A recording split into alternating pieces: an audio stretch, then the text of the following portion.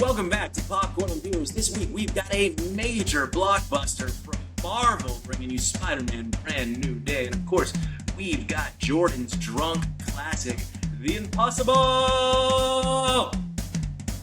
Here we go.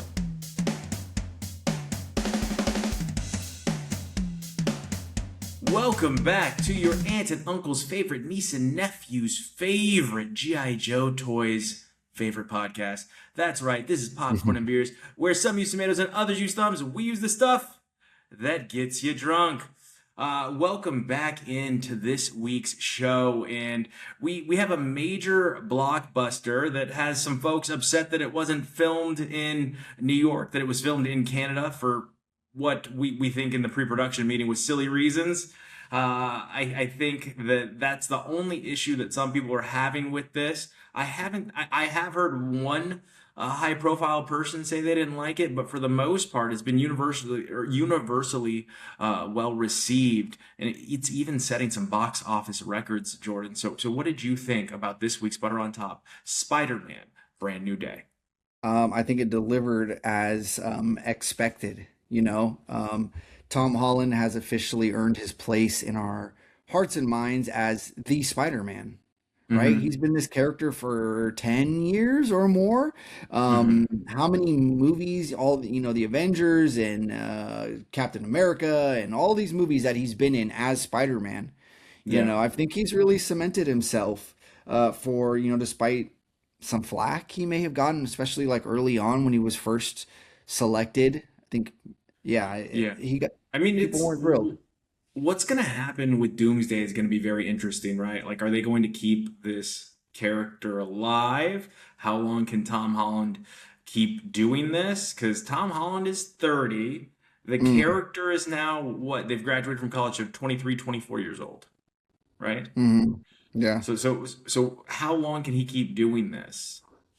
Well, I mean, with all the time jumping, they send him to space. Oh, he's aged a few years now, out of sync Oh, with that's right. America. You know what I mean? Come on, they could do Yeah, that's whatever they true. want. We They can had do the whatever they 5 year want. blip, didn't we? Yeah, yeah, exactly. So, you get some surprises. A little bit of Hmm. misdirection was had with this movie. I'm not going to go too into that and spoil that, right? Hmm. But we get the introduction of a major Marvel thread. Okay? Yeah. Yeah. And yeah, and we're not going to go too into that as to not spoil any of those surprises. But it is But a great way to continue to grow this universe without continuing to give homework assignments. exactly. Yeah, yeah. It's not heavy. It's not over the top. It's not too deep into any lore. It's very they give it to this character who is going to essentially segue us into the this next era. Yeah. And And into Doomsday. yeah. Yeah, Hmm. they kind of just are who they are. They give you a little bit of explanation, a little bit of backstory, but it's just enough to be like, this is a Spider-Man movie. Let's Hmm. keep it there, you know? Yep. Uh We're gonna keep it with Spidey. yeah. The other main addition in this movie is Jon Bernthal as the Punisher. Hmm. He's turned it up, the superhero persona, so to say. He's less mopey, he's a little more quippy. He's a little more Well, fresh quippy off and of One bantery. Last Kill, right? Like One Last Kill really sets that up, and you're gonna review that Yeah. a little bit later today. But it really sets Yeah. up like this like change that has Yeah. occurred. Yeah, this slightly more animated Punisher character, Hmm. right? Still But thought very out, right? You reckless. don't you just kind of like I feel like this one's a little bit like Punisher's always been kind of a deep character, but Uh, like more thought out, more consequential. yeah, yeah. He's like Unk status now, He is. right? He is Especially, absolutely, yeah. especially with Tom Holland Spider-Man. It's like the chemistry there is great. They're really funny. Hmm. Their banter and everything. Um, Sadie Sink does a fantastic job in this Yeah. movie. I thought she acted her character very, very well. I'm She's excited. probably got the best blockbuster so far out of all the Stranger Things kids with this movie, as she Yeah. enters her blockbuster era, right? Because I think they went for a few with Ghostbusters, with the Finn. Finn, yeah, Finn Balor, and I don't know if those were super well received. Like the Or first one was it, fine. Go ahead. Oh, it and the it. it You're right. movie, yeah, You are was right. It pretty he did huge. that one. Was that did yeah yeah? I guess it was it did really well at the box office. Mm-hmm. So I think that this one's going to do better than it. I think it already has Oh probably, yeah, but sure. Yeah. it's a Marvel movie, right? It's a comic book movie, of course it is. But that being considered, like good for her. Yeah. The action was cool. Like with all the other, you get brief moments of other like deeper Spider-Man villain characters, kind of ancillary Hmm. villains and stuff that kind of pop in and out of this Yeah. movie. They straight up ripped off though. I mean, I don't know what to make it, but like I was like, oh really? They ripped off the it's a classic movie that I picked before. I don't remember what it's called for some reason, but the Denzel Washington movie with the body jumping and then looking back through the crowd at Spider-Man as there's like shape shifting kind of. Oh, it's the demon Denzel Washington movie Yeah, you picked. yeah, Yeah. yeah. Yeah. What is it? Devil in There, a Dress? Devil in a blue dress? No, no, that was a no. Josh classic, wasn't it? It's got a weird word name. It's like a big word that's something weird. Yeah. They straight up ripped off like the whole way that they execute that thing. I thought. Fair enough. Fair enough. But at least they give you a little bit of explanation about how they do it, right? In this one, they let us know why it is it has to be done that way. Yeah. Hmm. I thought this was a good movie for the friends. Ned, Hmm. Ned with hair. I thought it was. I thought his character Fallen. was well written. Fallen. Yeah, God, I don't know what I'm thinking. I'm probably thinking of a whole different movie. But yeah, Fallen. Fallen Fallen. was the Yeah. one. Yeah. Um, Ned gets hair in this movie, and he gets more just like his own personality, other than being just like Hmm. Spider-Man's sidekick. He's just like you're seeing him like just as like a normal person, and Yeah. it's great. The moment at the end of the movie is like almost tear jerking. You know what I mean? It's like, oh man, you really love that. It's a real feel good moment, Very and inside. yeah, yeah. And then Zendaya, right? I don't feel like her character was written well for this movie, so to say. It's I weird because preferred the love story like this. I yeah, liked it better like this. I'm so happy we didn't have to go off on a half hour, 45 minute.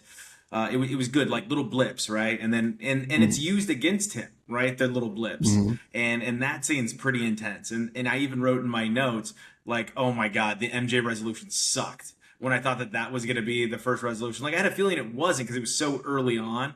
But I was like, mm, man, if this is how they're going to resolve everything, this is dumb. But it yeah. ends up working out. But They it's very painful. they took a lot of parallels from other Spider-Man movies, right? There are Hmm. like Easter eggs for sure of like from the Amazing Spider-Man and all of that different moments, um, Yeah. especially when it comes to the Peter Parker MJ relationship Spider-Man. It they're like, how can we not make the same mistakes? How can we improve this, make it better, listen to some feedback and things like that. I feel like they really took that into account, and they did a good job.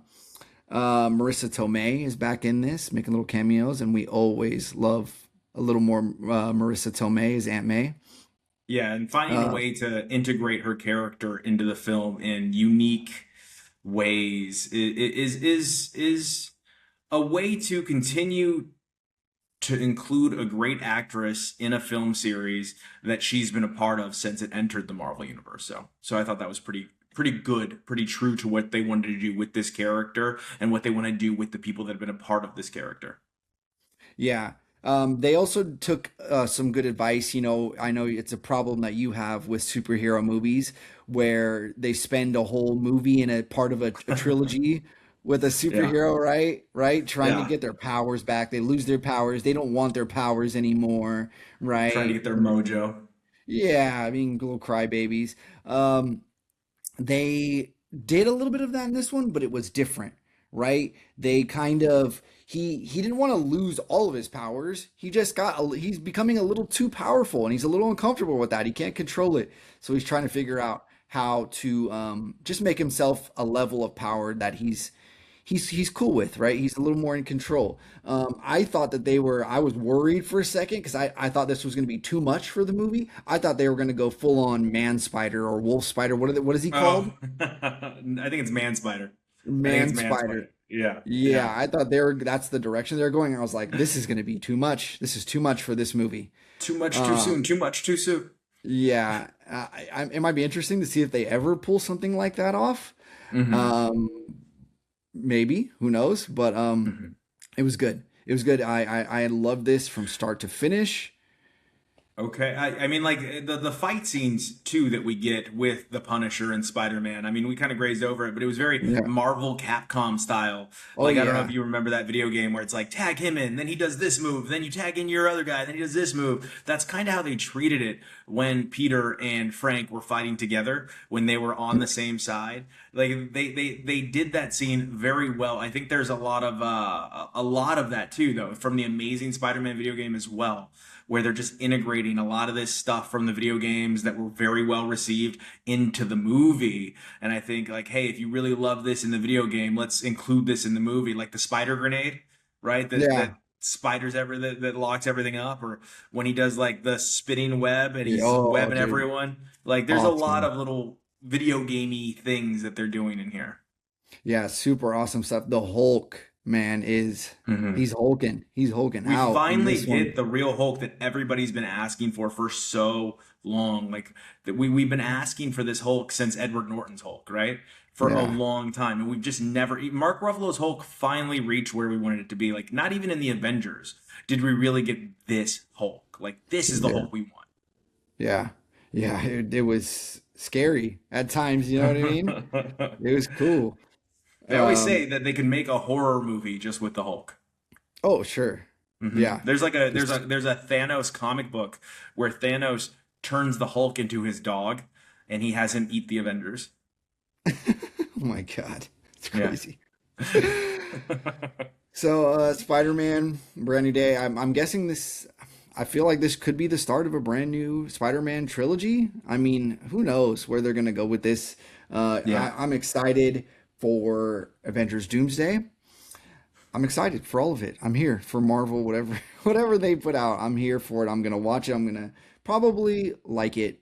Hmm. So I'm gonna give this a popcorn of three. I mean, how could you not? I mean, it's Peter Parker back.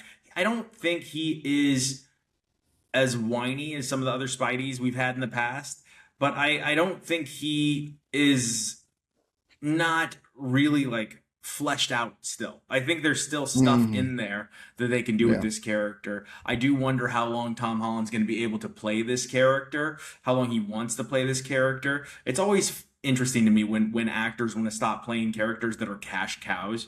Like Yeah. I don't know. Are we going to see this character's full arc, or are we just going to be done with them? I suppose that's going to be up to Doomsday, right? Mhm. What happens in Doomsday could alter everything.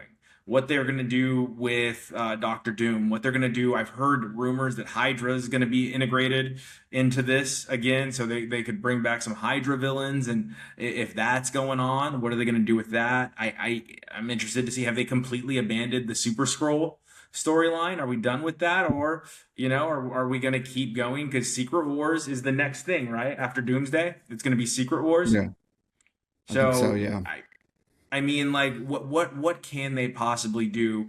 And if Spidey is going to continue to be a part of this, if Tom Holland is going to continue to play Spider-Man in this universe, how long do Again, we have these characters, Zendaya as MJ, right? Ned.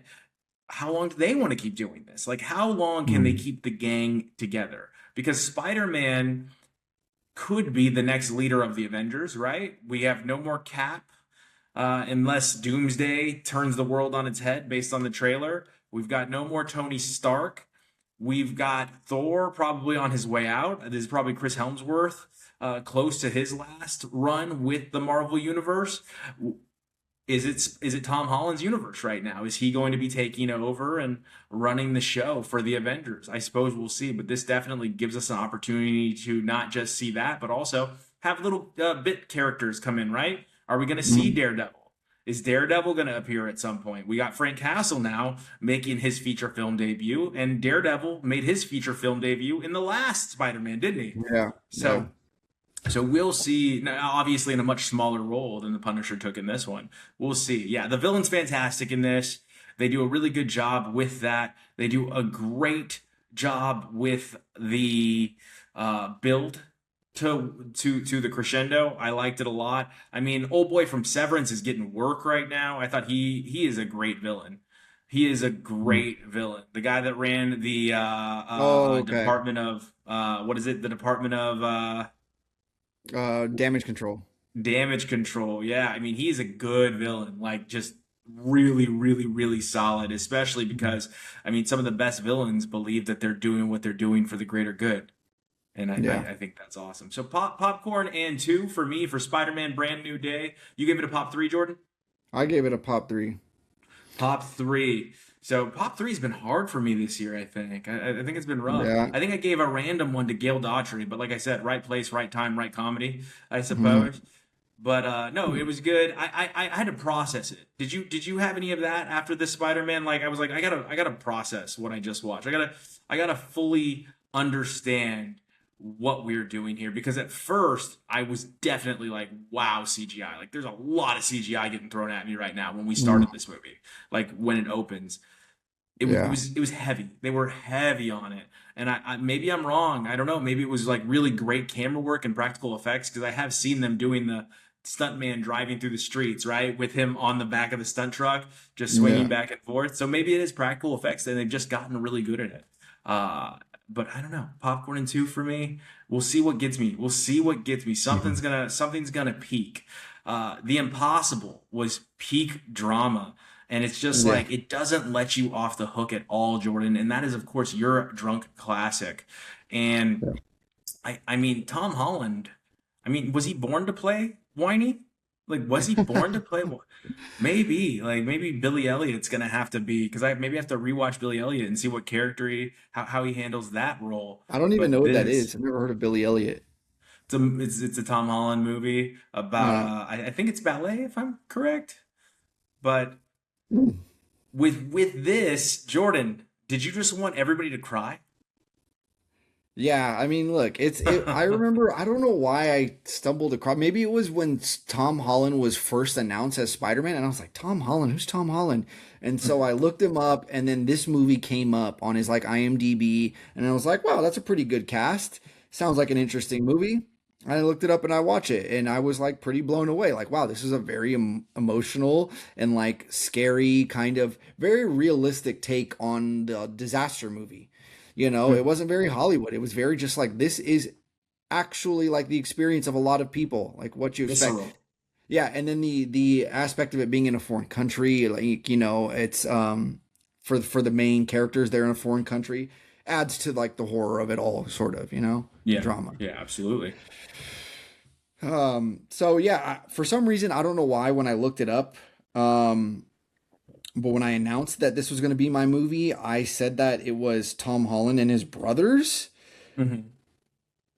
because that's what it's telling me right here on this little page. It Well, says that, Tom Holland plays the oldest brother in Lucas in the film, yeah. so maybe they're just voicing it as that they're writing it as Tom Holland lead and his brothers. Okay, so I just figured it out. Okay, Okay, his brothers make cameos as they're not his little brothers in the movie, gotcha. Okay, but they are in the movie as two like kids that are lost in one of the emergency tents. okay, gotcha. That's So funny. yeah, there you go.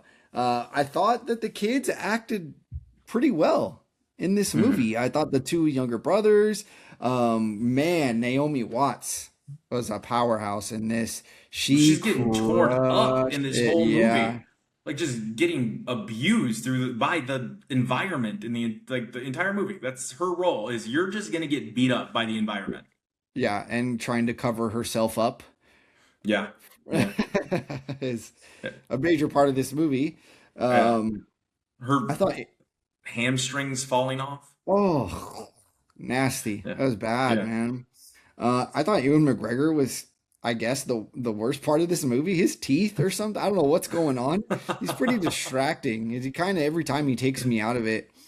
Always Um, barefoot. They always like zoom in on his feet every yeah, single time he's walking. Every time he's on screen, like let's start with the feet, and then we're gonna move up to the emotion, yeah, back to the feet. yeah. You get one of those moments. I don't know if it was Josh or if it was you that said a while back that they hate. I think it was Josh that hates in movies when the characters are in the same building and they're kind of passing each other by and don't know. And you're like, That wasn't come me. That was on, you're definitely right. Josh. Yeah, you're Yeah. right there. They definitely have to know that they're there, kind of thing. You get Hmm. that big dramatic scene that goes around Yeah, but that. he sees it pretty quick. Lucas sees him pretty quick. It's not drug out too bad.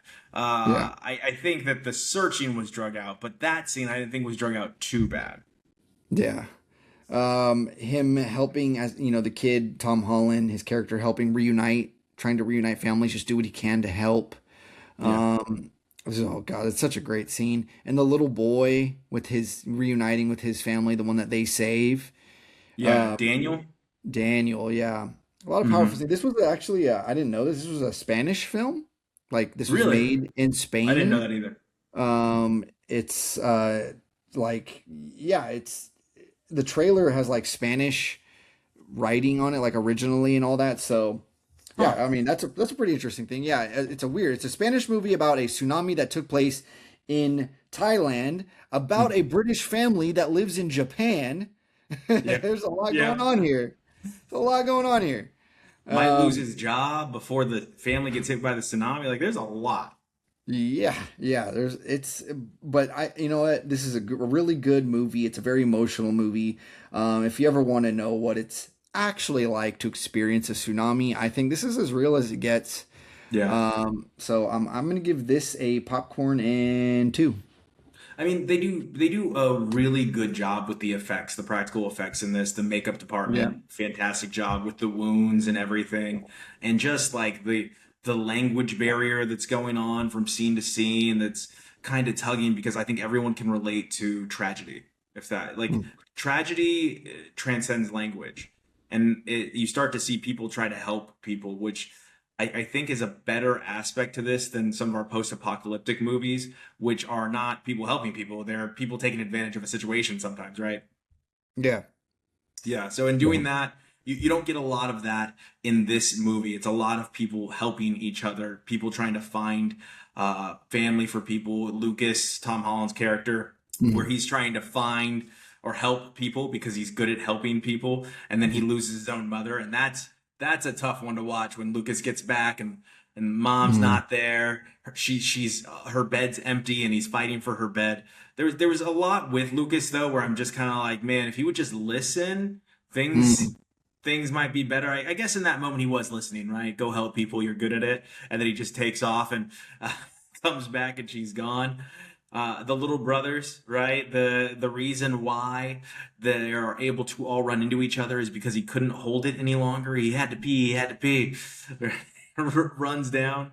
I mean, and then the kids just like repeatedly, like Lucas's character again, Tom Holland, they're dead. All right, they're dead. Everybody's dead.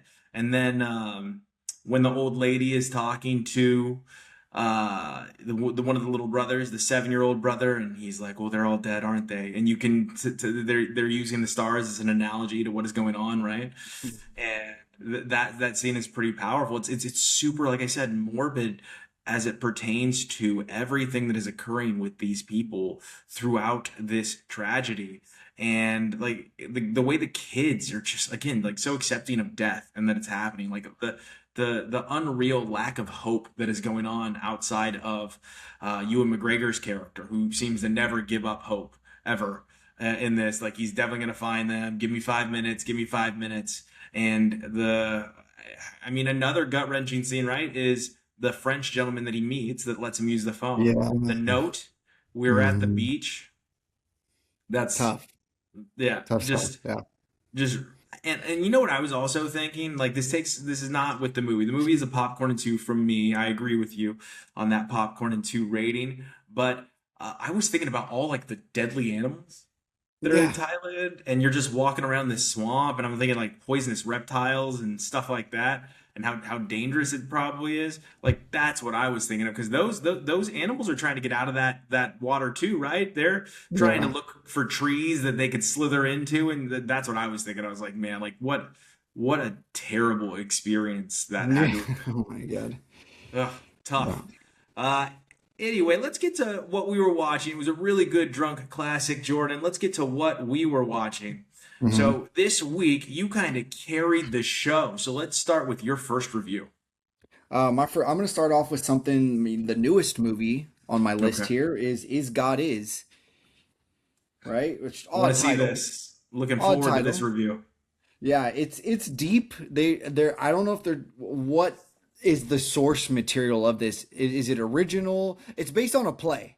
I know that. Yeah. It's based on a play. So is it like Shakespearean or is it, what is this trying to be? Kind of Okay. is what you're trying to figure out throughout this. There's a It lot of got great narration. reviews. It did get great reviews. So, I could see that. I could see that for sure. And I'm not going to be mhm. like super hard on it, but I do have some criticisms of it. Like there's Mhm. just too much narration going Gotcha. on, like whether it is actually like in the characters like their internal voice or is it the it's two sisters who are twins, but I'm assuming they're not identical twins. They're just I don't know. They communicate by like giving each other looks and then it's captioned on the screen as to like what look they're giving the other one is meaning. It's a little annoying. They do it a little bit too much. It's sort of like like you're watching a graphic novel. That's what this movie feels like. It was Okay. cool. I honestly thought it was pretty cool. Um, Sometimes That's it's interesting. their relationship, their chemistry, the two sisters on the screen is good. It's funny. They do a lot of Hmm. things. It's like, oh yeah, yeah, like that's totally how siblings are with each other. Um, Hmm. it's a cultural movie, right? There was a lot of Okay. So is it, African what you're saying is American. there's just going to be some things that people just aren't going to be able to relate to if they're not a part of this culture or understand this culture. Yeah, yeah. It's just not Okay, for not everything here is for you, right? It's gotcha. not meant to appeal to you, Hmm. which is it's fair because that Not happens everything all the has to time go with for mass everybody. Yeah, yeah, appeal. Yeah, yeah. sometimes they just want to bring recognition to something about their culture. Yeah, yeah. Vivica Fox is in this. Gruesome, gruesome. Yeah, This is like it's a heavy-handed uh, theme of victims of domestic violence, gotcha. like hardcore. Like it's an anger revenge movie. It's very Kill Bill for sure. Okay, You'll get wow. those vibes absolutely. Very very Kill Bill. Um, yeah, you get some rough scenes with Vivica Fox and domestic violence and all that. Sterling K. Brown is the villain, and woo, he is psycho. He is super super creepy. The way he talks, everything, He's a everything is great like, actor. I mean, he's fantastic. I mean, I haven't seen him in a villain role outside of he's in an episode of Brooklyn Nine-Nine where he plays a uh murderer, and he was pretty good in that. So, and yeah, obviously that's comedic villain, right? yeah. It's a comedic show, but yeah, so that is good. So you're telling me he crushed it? Oh man, he killed it. He is so creepy and scary and just like but sometimes you're conned by him even because he is like he plays this con man and you Mhm. even some are like wait what is he for real. I mean what he did is not explainable or acceptable or anything like that, but he's just charming, right? He's just such a He's snake. He's such a it's snake. a weird way. It's a weird place to go after that. You're like, he's just charming. He's just a snake. He's Yeah. very I don't know. um there's a hilarious scene. She she claims, because these girls they go through this traumatic event and they end up Yeah. in the foster system, and they're sent on this mission. This is from the trailer. They're sent on this mission to kill their father, She's who's Sterling K. Brown. okay. So it is very Kill Billy. Yeah, yeah, yeah. They're sent on a mission by their mom to who is like estranged from them. She went through this traumatic event. She's sent on her dying wishes to go kill him, go get revenge, and the one of the sisters who's like, "You've never killed. We can't do this. You've never killed anybody." And she's like, the other sister's like, "Sure, I have." She claimed that she killed one of her foster fathers, who's a creep, by doing bad things on purpose to make him whoop her, causing him to get his heart rate up, to have a heart attack due to his, and I quote, pork chop sandwich every morning for breakfast ass. It's a really funny explanation, kind of reflective sort of scene. It was super funny. I like that. Janelle Monáe is in this Okay. as a interesting. She has a super interesting dynamic in this movie. Closet good actress. It's like Yeah. she's a solid actress. Like she's been in quite a few. Like there will be a classic that I have like saved with her in it as well. Hmm. So she's got some chops. So was she good in this as well? Oh yeah. Yeah, she's not in Hmm. it for very long, but she definitely makes her impact. She eats Um, in her yeah, oh scene. yeah, oh yeah, for sure. There's a really weird sort of chase action. I don't know if I even want to call it an action sequence. It's very goofy. It's very Scooby Doo. It's very poorly choreographed, and it goes on for way too long. Like a chase scene somewhere in the middle of this, not like a car chase or anything, but like they're being chased on foot. Very like Michael Myers sort of style, but it's all so ridiculous. It's very campy. Is God is. I think it's worth a watch. Okay. It's entertaining. It's original. It feels very original in some aspects. Um, I'm gonna give it.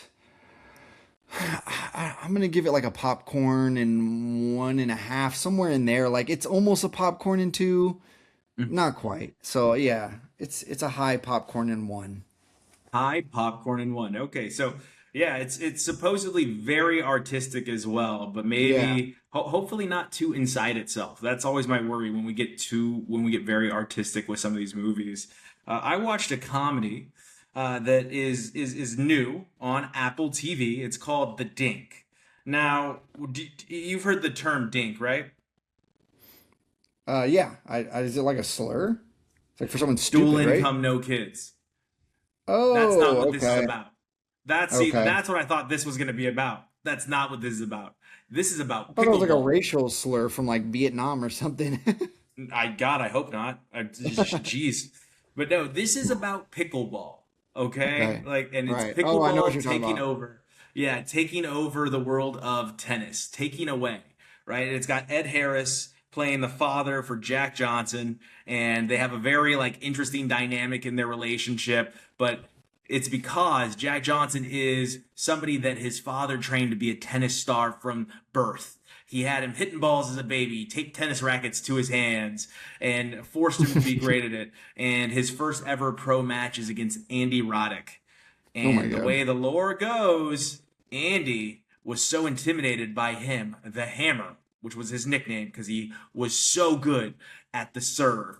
And he's so intimidated that he goes into the bathroom and he's taking all the time, and that's really ruining things for him. And so he goes to look for Andy Roddick, and he slips on pee in the bathroom, just like Lucky, if you're a King of the Hill fan. And he shattered his wrist. Okay, and that's where we go. That's how he ends up being the tennis pro at his dad's tennis club. So he's just a junior Mm. instructor, and he's coaching kids, and he's trying to make an impression, and he's got a little guy that follows him around, played by Aaron Chen, PJ, that is all about his stories, and he believes every single word that comes out of Jack Johnson's mouth as Dusty Boyd. And you just start to see some of the lies unfurl and what went on. And then there's a really weird love interest in this in Mary Steenburgen, and you've seen her before. She's been in a bunch of things, but she's a more seasoned lady, right? And apparently, like, that's who plays pickleball, right? That's who he believes plays pickleball. So he goes out and he's going to learn pickleball because that's what his doctor, Ben Stiller, recommends. And this goes on to have him really, yeah. Ben Stiller has a really funny character, by the way, that like keeps trying to get him to hop on like hookup websites so he can get a discount code. And it was that's a pretty little funny thread that they do throughout it. But it goes on, and it's like, wow, it's weird. Like normally I wouldn't be about this, but they're shooting this, and it's very well written as far as the love scene is concerned, and you could tell it's really kind of those issues that he's had with his father that are leading him to search for love in other areas, and how he's been unable to really maintain or understand what a real relationship is in his entire life. He doesn't really know. It's either he needs the adoration or the love of his father. It's it's played very well. It's very cute. It's a popcorn and 1.5 for me on Apple TV, but it made me laugh pretty consistently. It's very watchable. It's probably rewatchable if we're still doing that now with all this content. So I'm gonna Mm, give the dink on Apple TV Plus a popcorn and 1.5. okay. Nice. I watched The Punisher One Last Kill to Mm-hmm. get ready for Frank Castle being in the new Spider-Man movie. Mm-hmm. And yeah, this was just a step up into a bit more of a over-the-top comic booky Punisher. I mean, you still get it's playing kind of both sides. It's playing both sides. A lot more of the trauma, the PTSD, the mental health, all of that stuff. That's a big theme throughout the series. But then you, at the end, you get this full realization of like crazy, goofy guy walking down the street, like jacking people up, kind of thing. You I know, mean, it's got a post-apocalyptic feel to it though, doesn't it? Like it does. It's it's crazy. yeah, it's wild. Like it's really like wild west style. Anything can Yeah. happen around any corner, and the villains are some outlandish like Mad Max level gangs, and some are very well thought out, like untouchable style mafia, right? Yeah. It was just like, how do we get through all of this, give it some depth, just so that we can get to this like second half of just constant graphic, brutal fighting, like the Raid, the Redemption Yeah. style, the Furious. If you saw my review of that movie, if you've seen that movie yet, go watch it. It's great. Yeah, that Mhm. kind of just like constant fight this guy, kill this guy, stab this guy, shoot this, boom, boom, boom, boom, bang, moving on to the next thing, right? Um, my wife did not like this. It was a It's little only too graphic. Yeah, I know. They crammed a lot into this. It felt a little rushed. That's what I felt at the very okay. end. There, the kind of resolution. I'm like, what? So he's not gonna go after the lady, the mafia lady? Doesn't go get her? She's just off the hook, whatever. Like, I Maybe he was like, where? does. I need more. I felt like I wanted more from that. Yeah, Okay. you get a dead dog Yeah. like Yeah, that pretty made me early on. really angry. Like Y- it's really early on, but man, like that was Yeah, I didn't need that. yeah, that was too much. You get Bubbles from The Wire, a beloved character from the TV series, HBO series The Wire. He's the dad trying to protect Okay. his daughter from everything going on in the street, the owner of that shop. The And he's bakery. he's really yeah, the bakery, he's really good in this. The action sequences, like I said, are super awesome. There's a horrible, like one of the most horrible CGI moments I've seen in a while, where he gets thrown, Frank Castle gets thrown from one roof to the next, like lower, and Uh-huh. he's falling and he lands on some kind of, I don't know, junction box air AC unit thing. Uh-huh. It was so bad. It was so bad. Also, something very, very so bad that it was hilarious. I rewound it and watched it again, and I laughed so hard. Him running in the street with like metal music playing. Okay. Yeah, yeah. It was like, it was just too much. It was way too much for me. Do you think any of that was in his head? Who, John Barenthal's head? No, no, no, like the character. Do you think any of that was in his head? Like what he sees, like through his eyes, this is how he sees the city. He sees violence around every corner. He sees the uncleanliness of the city he's walking through. Everything is a threat. Sure, that's a good read into it for sure, but just the execution of it with the metal music and like because he's doing such a like if you've ever like I took theater classes in high school and whatever, if you've ever been like in a theater production, there's a way that they tell you like you run in a very dramatic motion to make it look like you're running fast, but you're trying not to cover too much ground, right? To stay in frame. And that's so obvious what is happening here. And it looks With this so one. goofy. Yeah, it looks so goofy. It looks so fake and just like trying to look like an action movie sequence. It's so over the Okay. top. right? Um, so I mean, it was cool. Uh, it, I was just like, great. Let me see him in Spider-Man now. You know, especially how I watched these. I watched them in pretty short succession. I think I just finished Punisher season 2 like a week or two ago. Uh-huh. So it was a pretty big jump for me to go from the Okay. series Punisher to this Punisher. So Gotcha. I'm gonna give it a popcorn and one. Do you feel like it lends though a little bit to his like almost change of heart, his softening a little bit? Because I do feel like as badass as he is, there is some softening to him, especially in that relationship with Peter Parker, like you alluded to. Yeah, he's just ready to stand up for your everyday common little guy kind of thing, Yeah. you know? Yeah. He's less absorbed with just like, oh, these are just the people that wrong me. Let me go get them, and then all the rest of this is not my problem. He's more like on board, Taking on all comers now. embracing it. Yeah, yeah, yeah. Yeah, it's time now. Why don't you go on and do your next one for us? All right. I finished watching this final season of The Bear.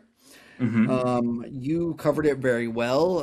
There's not much to add here. I have little comments about like characters that they added. Why are we adding characters in a final season, especially ones that are so annoying and so unnecessary, like Cheese? Why is this character added to this season? She's very quirky. I don't understand Yeah. what exactly her quirk is supposed to be. Is She's the she supposed to computer's just, niece. She's exactly I, like the computer. is that what she's supposed to be? She's Yeah, she's just different. She's like the computer but modern. She's an iPad. okay, I guess so. Is that a line from the show or you just come up with that? No, that was me. Oh, that was good. That was good. Right. All right. I like it.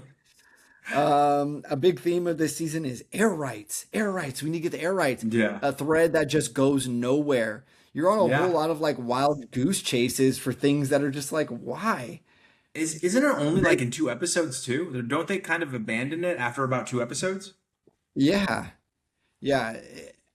I don't know. They could have spent that time more efficiently, more effectively, on some other characters that may have deserved a bit more.